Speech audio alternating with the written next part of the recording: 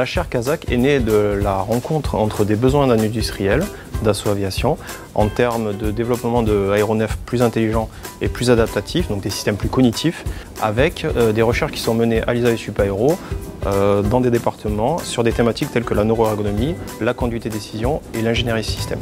La neuroergonomie vise à mieux comprendre le fonctionnement humain, ses limites cognitives en termes de charge mentale ou en termes de gestion du stress.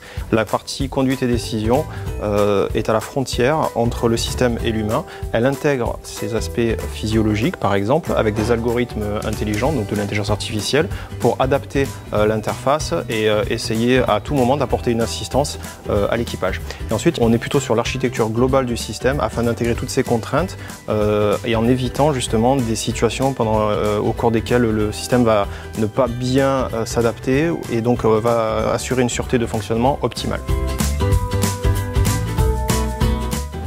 Mes travaux menés dans l'axe neuroergonomie portent sur l'intégration de l'oculométrie dans le cockpit.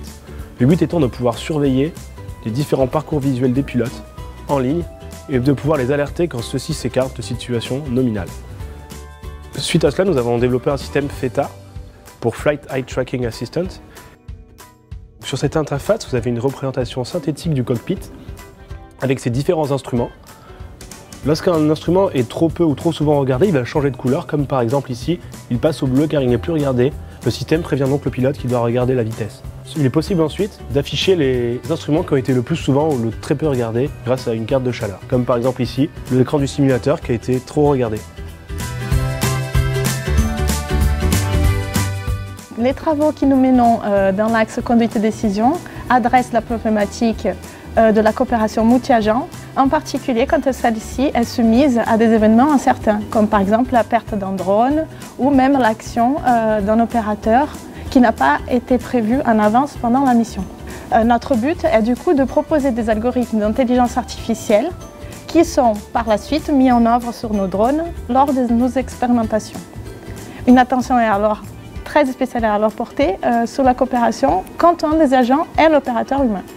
Nous nous intéressons alors à adapter de façon automatique le comportement du système en fonction de l'opérateur. L'automatisation de nos outils nous évite de nombreuses tâches pénibles, mais ça nous amène aussi à interagir de plus en plus avec des systèmes automatisés. Donc dans ce contexte, nous proposons d'étudier et d'optimiser l'interaction des humains avec ces systèmes autonomes.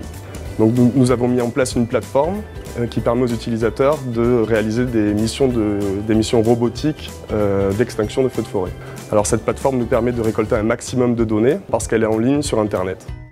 Nous avons à peu près dépassé le milieu de la chaire. Nous allons poursuivre les études en cours sur les 3 aspects de recherche, sur la partie eye tracking, sur la partie aussi monitoring physiologique en nous inspirant de scénarios proposés par Dassault Aviation inspirés de missions militaires. Également sur la partie ingénierie système, nous avons simulé des accidents en intégrant l'eye tracking pour voir l'impact que cela aurait pu avoir, est-ce que ça aurait pu éviter des accidents ou pas. Et plus généralement, nous allons bientôt organiser un congrès l'année prochaine sur toutes ces questions en invitant des chercheurs et des industriels qui pourraient être intéressés par tous ces aspects, véhicules autonomes à forte autonomie décisionnelle, donc le cœur de la chaire.